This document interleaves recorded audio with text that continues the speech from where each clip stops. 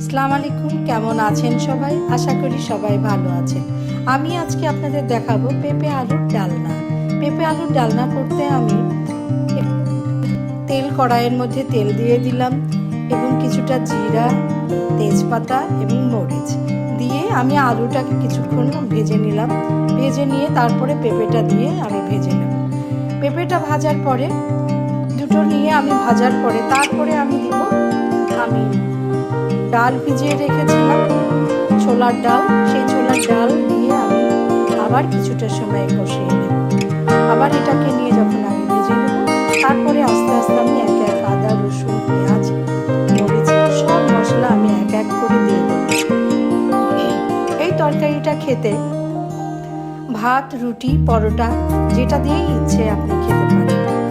সবসময়ের জন্য যে একই রকম তরকারি খেতে হবে তা তো কথা নেই। যে মশলাগুলো লাগে ঠিক এগুলো দিয়ে আমি খুব ভালো করে কষিয়ে নিচ্ছি।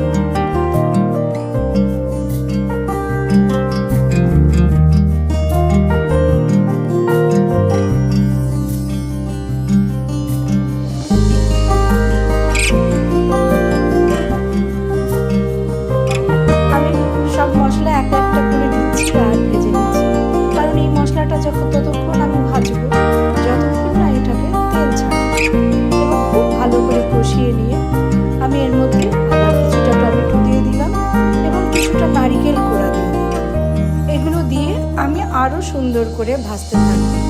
অল্প আঁচে আমি খুব সুন্দর করে এটা এমন কষাতে থাকবো।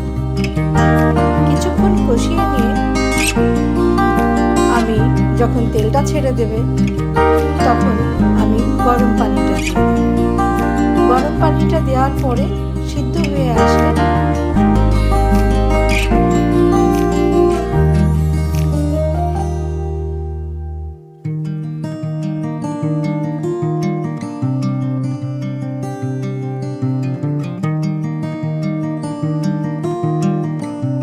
যখন তেল ছেড়ে দিয়েছে তখনই আমি গরম পানিটা দিয়ে দিলাম। গরম পানিটা দেওয়া হলে আমি আবার কিছুটা ঢেকে দেব। এগুলো ভালো করে সিদ্ধ হয়ে যাবে।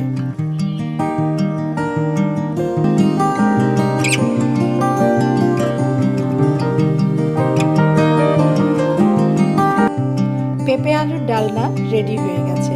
এখন আমি কিছুটা চিনি দিয়ে দিলাম, জিরার গুঁড়া দিয়ে দিলাম এবং 1 চামচ ঘি দিয়ে দিলাম।